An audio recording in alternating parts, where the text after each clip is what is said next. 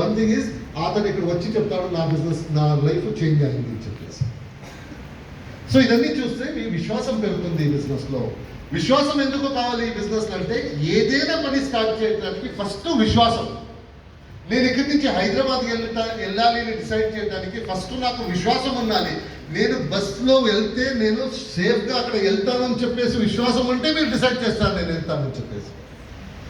నాకు భయం అంటే బస్సు యాక్సిడెంట్ అయిందంట, 10 బస్సు రోజు ఇక్కడి నుంచి జరిగితే 8 బస్సెస్ యాక్సిడెంట్ అవుతుందంటే మనం స్టార్ట్ చేసే విశ్వాసం వస్తుందా?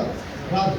అందుకే ఫస్ట్ పని స్టార్ట్ అవుతుంది. మీరేమైనా అనుకుంటారు, అది అనుకోవటానికి ముందు అది చేయాలి అని డిసైడ్ చేయాలంటే మనకి ఫస్ట్ విశ్వాసం ఉండాలి. ఈ బిజినెస్ నేను చేస్తాను అని మీరు, ఎందుకంటే మనం ఎవరు బిజినెస్ ఫ్యామిలీ నుంచి లేరు, మన ఫస్ట్ టైం మన బిజినెస్ స్టార్ట్ చేస్తున్నాం.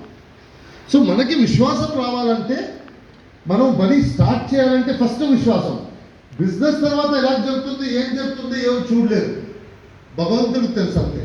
నాకు తెలియదు, మీకు తెలియదు. ప్రయత్నం మనం చేయాలి. ఆ ప్రయత్నం స్టార్ట్ అవడానికి ఫస్ట్ విశ్వాసం ఉండాలి. ఏదైనా నేను ఒక 10th స్టాండర్డ్ చేస్తున్నానంటే, నేను చదువుతున్నానంటే నాకు ఫస్ట్ విశ్వాసం ఉంటుంది. నేను చదివితే నేను పాస్ అవుతాను అని చెప్పేసి విశ్వాసం ఉంటుంది. అందుకే చదువుతాం. నేను చదివేసి పాస్ అవడానికి ఛాన్సెస్ లేదంటే చదవడానికి ఇంట్రెస్ట్ ఉంటుందా? లేదు. అందుకోసము ఏదైనా పని స్టార్ట్ చేయాలంటే ఫస్ట్ విశ్వాసం. విశ్వాసం ఉంటే పని స్టార్ట్ అవుతుంది.